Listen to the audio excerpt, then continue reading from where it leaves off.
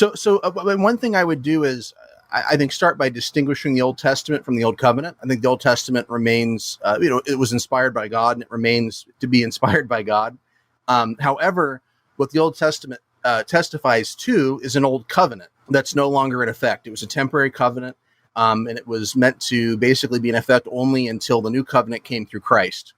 And so, as evidence that's gone away, in case anyone doubts that, you can look at the end of the sacrificial system, the end of the priesthood. Those are things that signal that the law of Moses as a unit had ended. So you can't, just sort of take away parts of it and say the rest of it's still in effect, which is what a lot of Christian nationalists like to do. As a unit, it's gone. And so in 2 Corinthians 3, Paul describes the old covenant carved in stone, which is a reference to the Ten Commandments, as something that brought condemnation, death, and a glory that was already fading at the time he wrote. In Galatians, he says that a return to the old covenant is as good as a return to paganism in comparison to the glorious new covenant that Christ brought. So one significant difference between the covenants is that while the old covenant was made with one nation located in one geographical location, the new covenant is a spiritual kingdom that breaks down ethnic and geographical borders.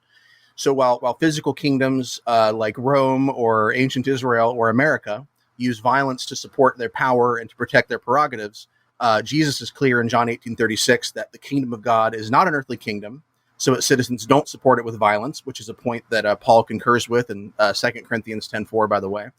Add to this that political power is described throughout the Bible as under the authority of Satan and the demons, and it becomes clear that Christian nationalism is anti-Christian and anti-gospel philosophy.